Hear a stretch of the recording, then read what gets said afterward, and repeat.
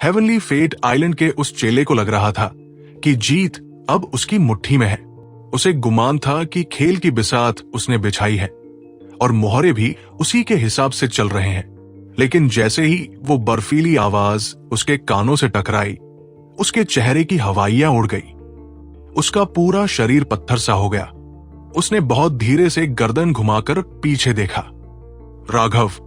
उसके गले से निकली आवाज में एक कम कंपी थी। उसके ठीक पीछे वो शख्स खड़ा था जिससे वो इस पूरी दुनिया में सबसे ज्यादा बचना चाहता था। राघव के चेहरे पर एक ठंडी और जानलेवा मुस्कान थी और वो धीरे धीरे उसकी तरफ बढ़ रहा था। भाग्यश्री ने जैसे ही राघव को देखा, उसकी जान में जान आई। खुशी के मारे उसका दिल बल्लियों उछलने लगा, पर फौरन ही उसे खतरे का ख्याल आया और वो चिल्लाई, सावधान, ये आदमी हिसाब किताब लगाने में माहिर है। तुम्हारी हर चाल इसके दिमाग में पहले से छपी हुई है। भाग्यश्री का ये डर जायज था, क्योंकि उसने खुद इसे भोगता था। ये शख्स एक हाथ से अपना वो अजीब सा रूलर चला रहा था और दूसरे हाथ से लगातार अजीब सी मुद्राएं, सील्स बना रहा था। वो एक ही साथ लड़ भी रहा था, अपनी जीत का गणित भी बिठा रहा था और बातें भी कर रहा था। भाग्यश्री के लिए ये किसी सदमे से कम नहीं था। उसे लग रहा था कि वो इस शख्स के सामने बिल्कुल बेबस है। ऐसा लग रहा था जैसे वो दोनों शतरंज का खेल खेल रहे हों, जहां भाग्यश्री की हर चाल उसे उस आदमी के बुने हुए जाल में और गहरा धकेल रही थी। उसे हराने का कोई रास्ता नजर नहीं आ रहा था। ऊपर से इस जगह की पाबंदियां, वो अपनी पूरी ताकत का इस्तेमाल भी नहीं कर पा रही थी। उसे सिर्फ अपनी तकनीक के दम पर जीतना था, लेकिन उसकी तकनीक तो वो आदमी किसी खुली किताब की तरह पढ़ रहा था। ताकत होते हुए भी हारना, ये एहसास भाग्यश्री को अंदर ही अंदर जला रहा था। हेवनली फेट आइलैंड के इन माहिरों को सिर्फ उनकी ताकत से नहीं नापा जा सकता था। लड़ने का उनका तरीका इतना अजीब और पेचीदा था कि सामने वाले को लगने लगता कि वो कभी जीत ही नहीं पाएगा। हिसाब किताब का माहिर? राघव की मुस्कान अब भी वैसी ही थी। अगर ये वाकई किस्मत और गणित का इतना बड़ा उस्ताद होता तो कभी इस यिनयांग वर्ल्ड में कदम ही नहीं रखता। तुम बेवकूफ बन रही हो। ये कोई उस्ताद नहीं, बस छोटा मोटा हाथ की सफाई दिखाने वाला मदारी है। राघव को इस बात पर रत्ती भर भी यकीन नहीं था कि कोई लड़ते लड़ते सामने वाले की अगली चाल का बिल्कुल सही हिसाब लगा सकता है। अगर दुनिया में ऐसा कोई योद्धा होता भी तो यकीनन वो ये नमूना तो नहीं था जो उसके सामने खड़ा था। जंग के मैदान में एक सेकंड के भीतर हजारों बदलाव होते हैं। जब तक कोई एक चाल का हिसाब लगाएगा, तब तक तो उसकी गर्दन धड़ से अलग हो चुकी होगी। राघव के लिए ये सब कोरी बकवास थी, पर यह सच है। भाग्यश्री ने जोर देकर कहा, कोई बात नहीं, मैं अभी इसकी इस ठगी का पर्दाफाश करता हूं। राघव अचानक एक कदम आगे बढ़ा। बिजली की फुर्ती के साथ उसके हाथ में एक तलवार आ गई और उसने बिना किसी शोर के उस चेले पर एक सीधा वार किया। हूं, राघव, तुम बहुत घमंडी हो। चलो मैं भी देखूं कि तुम्हारी बहादुरी के जो किस्से मशहूर हैं, उनमें कितनी सच्चाई है। उस चेले ने अपना रूलर एक तिरछे कोण पर घुमाया। उसने वार ऐसी जगह किया जहां भाग्यश्री कमजोर पड़ रही थी, जिससे वो हड़बड़ाकर पीछे हट गई। भाग्यश्री को रास्ते से हटाते ही उसका रूलर घूमकर सीधा राघव की तलवार से जा टकराया। देखने में ये एक इत्तेफाक लग सकता था, लेकिन ये वार इतना सटीक था कि जैसे बरसों से इसकी प्रैक्टिस की गई हो। ये कोई आम तकनीक नहीं थी। उसने एक ही झटके में भाग्यश्री को पीछे धकेल दिया और राघव के हमले को बेकार कर दिया, जैसे वाकई सब कुछ उसके हिसाब से हो रहा हो। अचानक उस रूलर पर बने निशान चमकने लगे। राघव को महसूस हुआ कि उसकी ताकत का एक बड़ा हिस्सा जैसे किसी ने सोख लिया हो। उसका वार पत्थर के बजाय रुई पर लगा हो, जिससे वो अपनी पूरी पावर का इस्तेमाल ही नहीं कर पाया। ओह, ये तो वाकई दिलचस्प है। भाग्यश्री, तुम पीछे हट जाओ।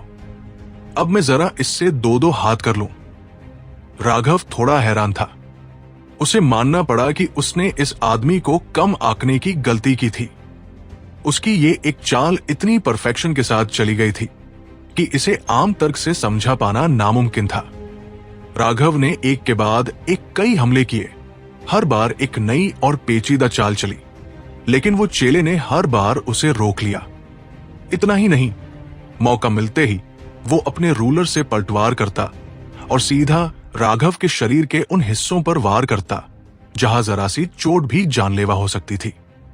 भले ही उस चेले ने अभी अपनी दैवीय शक्तियों को बाहर नहीं निकाला था, पर उसकी ची बहुत ताकतवर थी।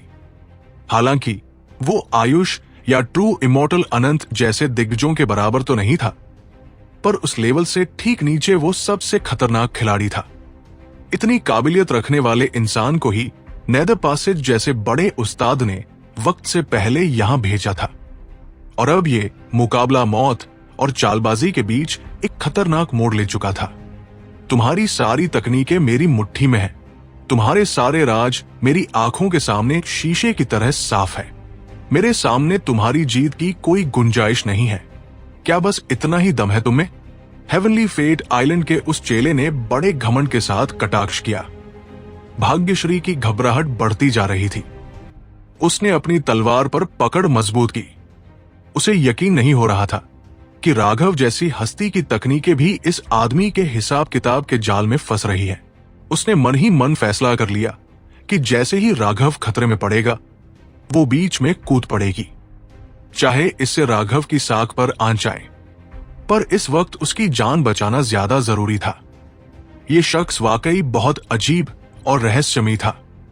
जहां तक लोगों को चूना लगाने की बात है ना, तो मेरा जन्म तुमसे बहुत ऊंचे लेवल पर हुआ है।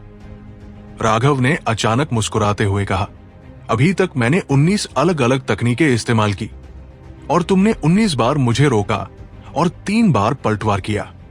तुम्हारे हाथ तो चल रहे हैं, पर तुम्हारे पैर लकड़ी के लट्ठों जैसे हैं और तुम्हारी कमर किसी सुस्त सुअर की तरह अनाड़ी है। ताकत से लड़ने वाला योद्धा ऐसे नहीं लड़ता। राघव की आवाज में अब मजाक और हिकारत थी। तुम्हारा ये तथाकथित कैलकुलेशन कुछ नहीं है सिवाय एक धोखे के। तुम बस अपने दुश्मन की चालों को रिकॉर्ड कर रहे हो और उन्हें अपने इस जादुई रूलर में भेज रहे हो। ये रूलर ही तुम्हारे लिए खुद ब खुद हमले रोकता है और पलटवार करता है। इसमें तुम्हारी बुद्धि का रत्ती भर भी हाथ नहीं है। किसे बेवकूफ बनाने की कोशिश कर रहे हो? बकवास बंद करो, वो चेला गुस्से में चिल्लाया। राघव की बातों ने जैसे उसकी दुखती रग पर हाथ रख दिया था। यह सुनकर भाग्यश्री सन्न रह गई, जैसे उसके दिमाग में बिजली कौंधी हो। उसे सब कुछ समझ आने लगा। उसने पहले गौर नहीं किया था, पर अब उसे दिखा कि उस आदमी के हाथ और पैरों के बीच कोई तालमेल नहीं था। एक आम इंसान को शायद कुछ अजीब न लगे, पर भाग्यश्री ने हजारों जंगें लड़ी थी। वो देख सकती थी कि वो शख्स अपने पैरों या कमर की ताकत का इस्तेमाल ही नहीं कर रहा था, जो कि नामुमकिन है। चाहे कोई भी तकनीक हो, ताकत पैरों से शुरू होती है, वरना वार में कोई दम नहीं होता। पर यह आदमी तो सिर्फ अपने खिलौने के दम पर उछल रहा था। ये बकवास नहीं है। ठगी करने और ठगों से बचने के मेरे सालों के तजुर्बे से मैं देख सकता हूं कि तुम्हारे इस रूलर पर खास निशान बने हैं। राघव ने अपनी बात जारी रखी। इसने यकीनन दुनिया भर की तकनीकों और उनके कार्ड को रिकॉर्ड कर रखा है। जैसे ही ये दुश्मन की चाल देखता है, ये सबसे असरदार तरीका निकाल लेता है।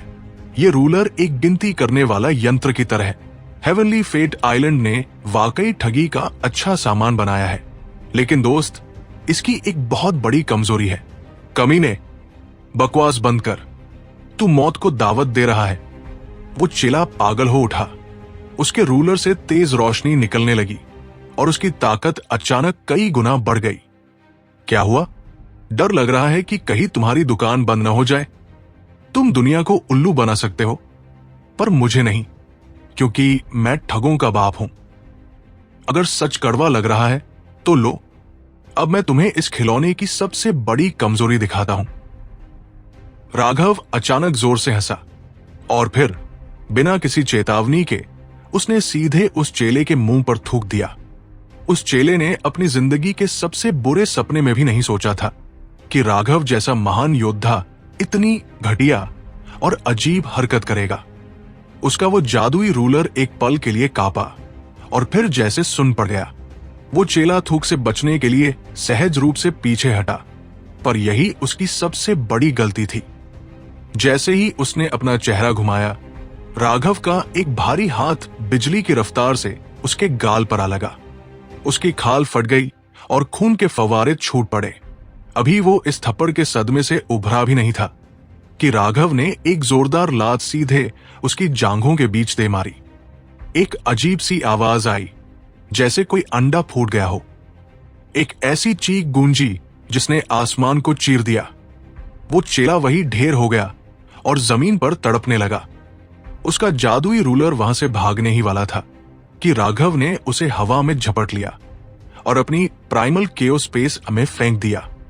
वो रूलर उस जादुई दुनिया के अंदर भी लड़ने की कोशिश कर रहा था, पर वहां प्राइमल केओस बीड का राज चलता था। एक जोरदार धमाका हुआ और उस रूलर के परखच्चे उड़ गए।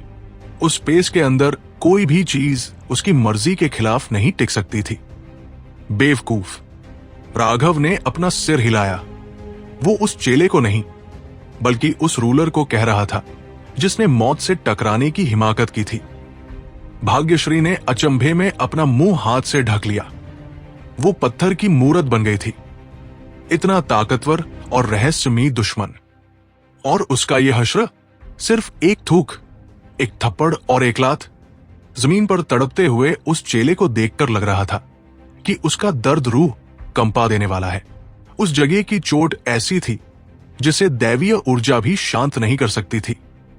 वो किसी कटे हुए मुर्गे की तरह जमीन पर लौट रहा था और बिलख रहा था।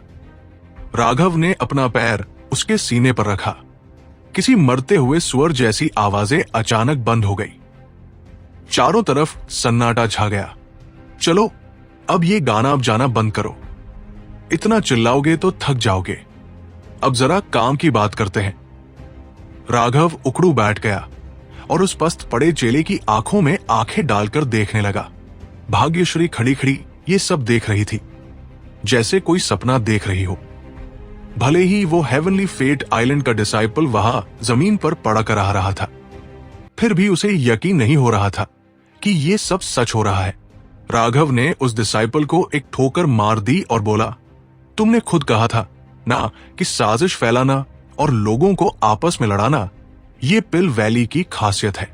तो मतलब मार्शल हेवन अलायंस पर हमला करने के पीछे असली मास्टरमाइंड पिल वैली ही है और तुम लोग बस उनके साथी बनकर काम कर रहे हो।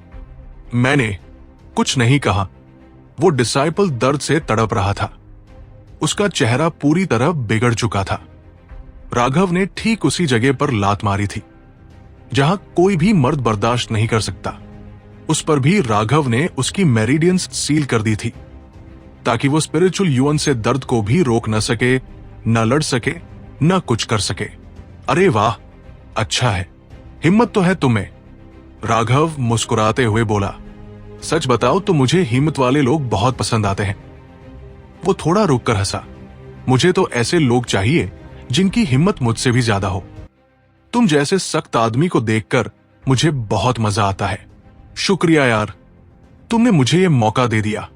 उम्मीद है मैं आज खुद एक सच्चे बहादुर हीरो को जम लेते देखूंगा।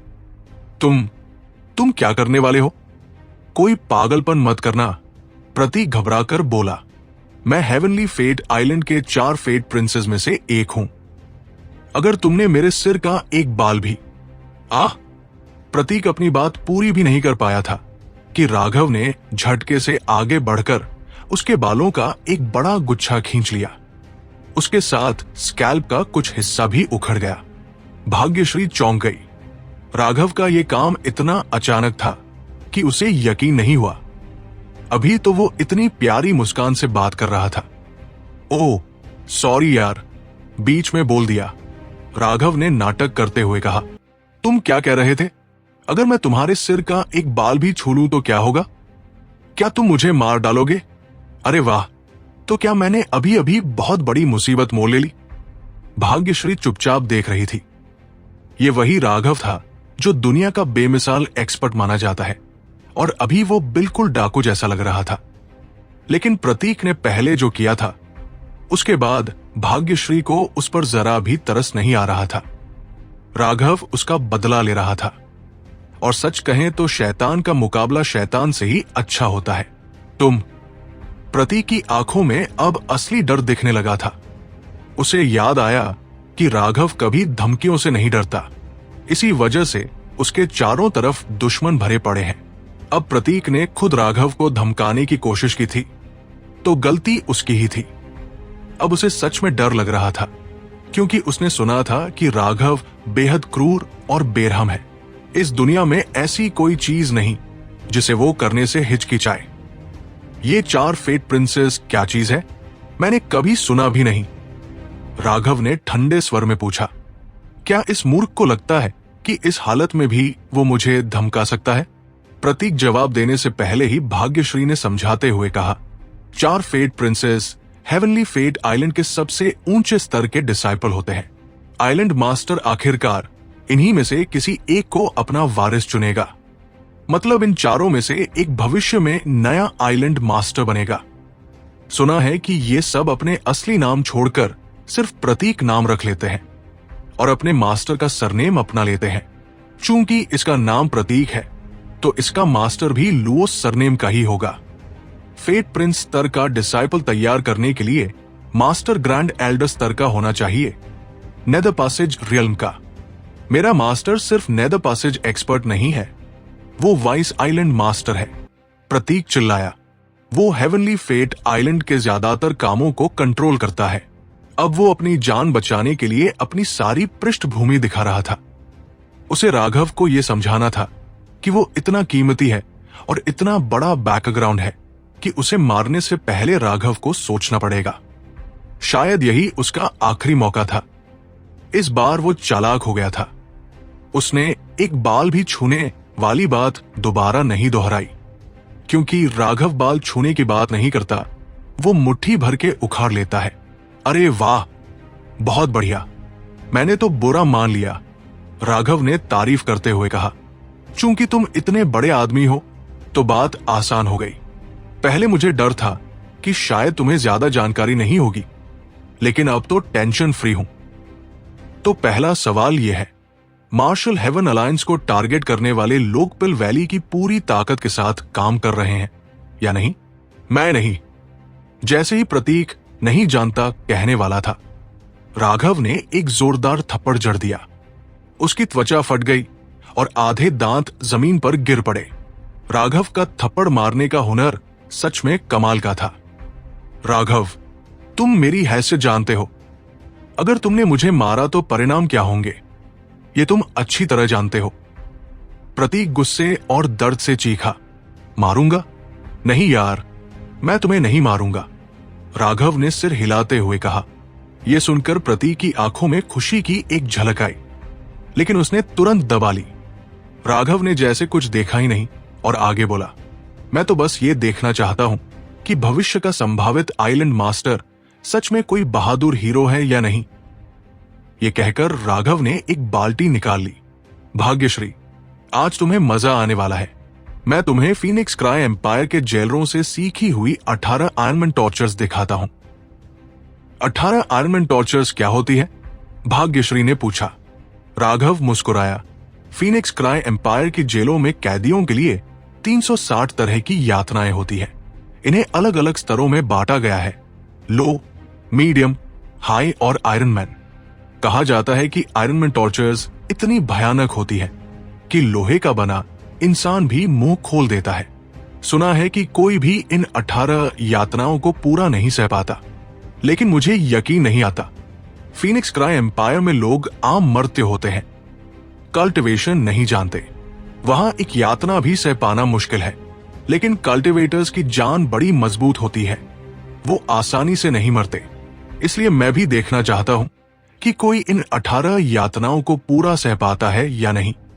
अगर कोई ऐसा व्यक्ति निकला तो वो सच में हीरो कहलाने लायक होगा और मैं उसका सम्मान करूंगा। तो अब तक किसी ने इन्हें पूरा सहा है? भाग्यश्री ने तुरंत साथ निभाते हुए पूछा। बहुत अफसोस की बात है, लेकिन 10 से ज्यादा कोई नहीं सह पाया, राघव ने आह भरते हुए कहा। फिर उसकी नजर प्रतीक पर पड़ी, जिससे प्रतीक के दिल में बुरा अंदेशा होने लगा। लेकिन शायद आज मैं सफल हो जाऊं। ओ महान फेट प्रिंस, उम्मीद है तुम मुझे निराश नहीं करोगे। राघव प्रतीक को हौसला बढ़ाते हुए जमीन पर एक स्टोव रखने लगा। उस पर लोहे की बाल्टी रखी और नीचे एक छेद किया। तो चलो पहली आयरन टॉर्चर शुरू करते हैं। And climbing a tree, Raghav ने ऐलान किया। एंड क्लाइंबिंग अ ट्री, नाम तो काफी मजेदार लग रहा है, भाग्यश्री बोली। बिल्कुल, फीनिक्स क्राई एम्पायर में जेलर कुछ 100 आग वाली चींटियां पकड़कर बाल्टी में डाल देते थे। कैदी को बाल्टी से बांध दिया जाता था, उसकी गांड ठीक छेद की तरफ।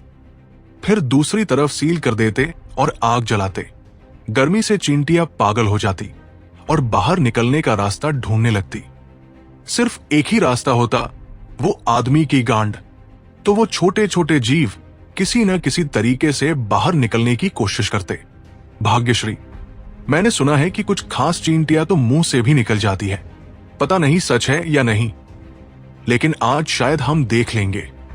तुम यही रुकना, मैंने अंदर आते वक्त कुछ मोटी मोटी फायर एंट्स देखी थी। वो बहुत तगड़ी लग रही थी, शायद कोई खास किस्म की होंगी। उंगली जितनी मोटी थी। मैं अभी पकड़ कर लाता हूं। महान फेट प्रिंस, उम्मीद है तुम मुझे अच्छा शो दोगे। राघव जाने लगा। भाग्यश्री को पहले नाम सुनकर मजा आ रहा था, लेकिन पूरी डिटेल सुनकर उसके शरीर में सिहरन दौड़ गई।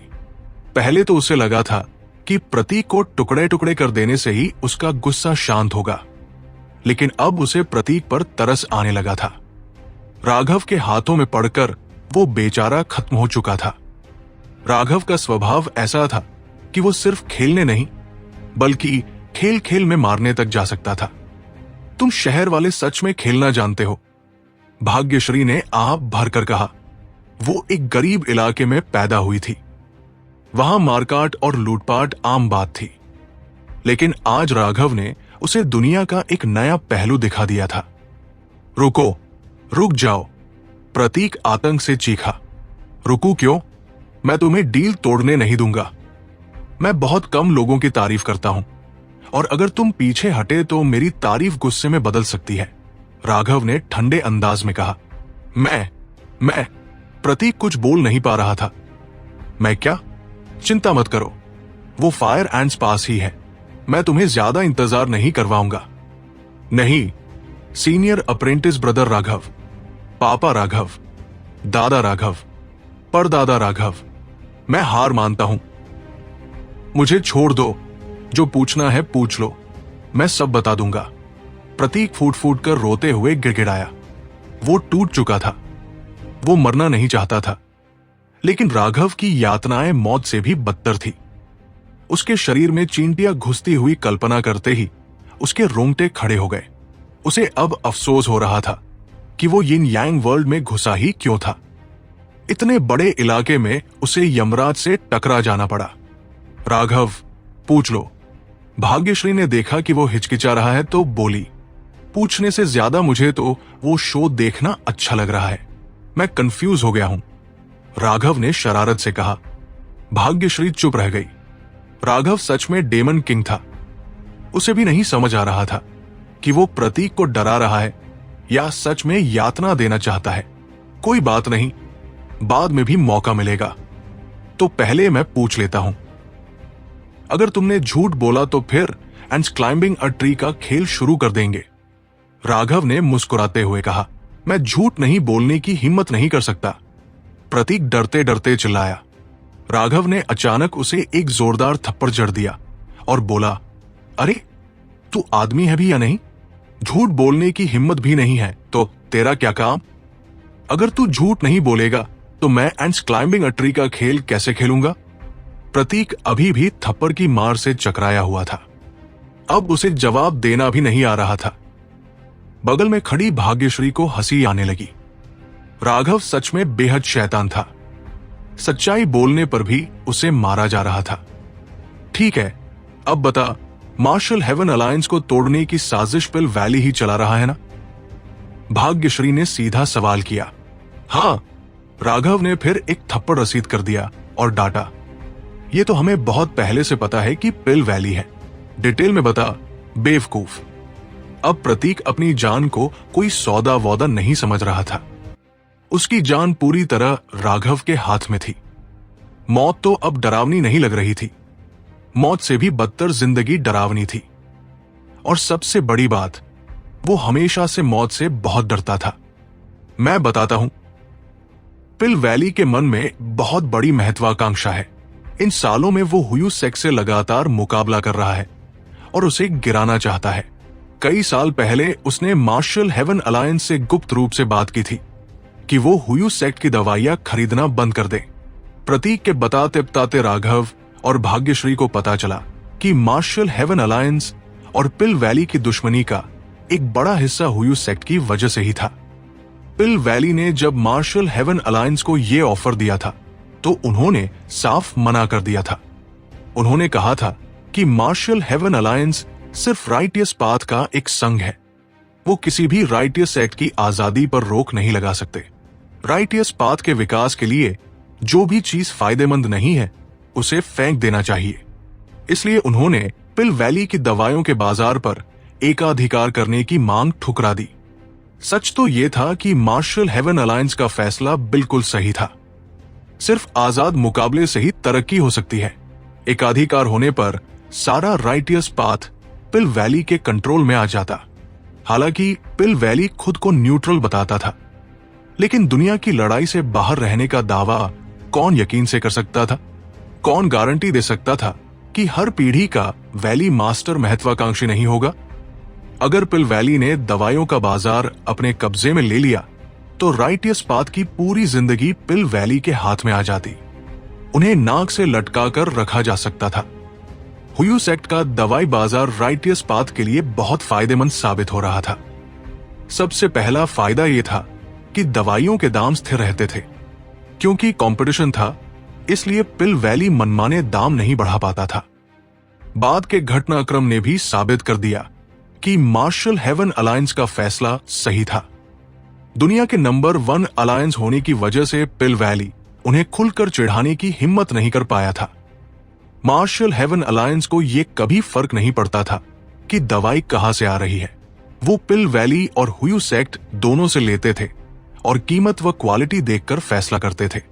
जब हुयू सेक्ट पहली बार दवाई बाजार में उतरा था, तब मार्शल हेवन अलायंस ने चुपके से उसका साथ दिया था।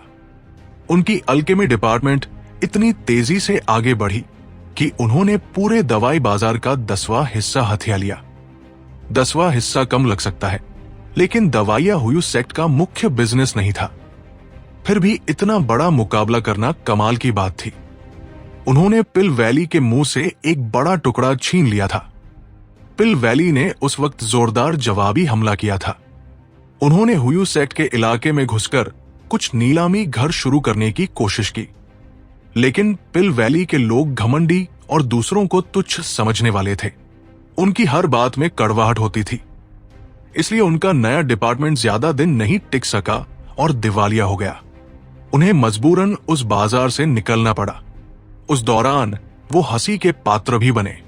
तभी से पिल वैली की इज्जत धीरे धीरे गिरने लगी थी। ये सब सुनकर भाग्यश्री और राघव तुरंत समझ गए कि पिल वैली पूरी दुनिया को दवाइयों के जरिए कंट्रोल करना चाहता है। दुनिया को कंट्रोल करने के लिए सबसे पहले मार्शल हेवन अलायंस को कंट्रोल करना जरूरी था। लेकिन मार्शल हेवन अलायंस के लीडर्स उनकी नीयत को अच्छी तरह भांप चुके थे। न सिर्फ उन्होंने उनकी मांग ठुकराई, बल्कि चुपके से हुयू सेक्ट को सपोर्ट भी किया। इससे हुयू सेक्ट और पिल वैली आमने सामने के कॉम्पिटिटर बन गए और एकाधिकार टूट गया। बिना एकाधिकार के वे उतने खतरनाक नहीं रह जाते, लेकिन लगता था कि मार्शल हेवन अलायंस ने पिल वैली की महत्वाकांक्षा को कम आंका था। जब उन्हें मार्शल हेवन अलायंस को कंट्रोल नहीं कर सके तो उन्होंने करप्ट पाथ, एंशिएंट रेसेस, एक्सयूए and beasts, ancient family alliance और कुछ राइटियस एक्स के साथ गठबंधन कर लिया। बाहर से दबाव डालकर अंदर से तोड़ने की कोशिश की।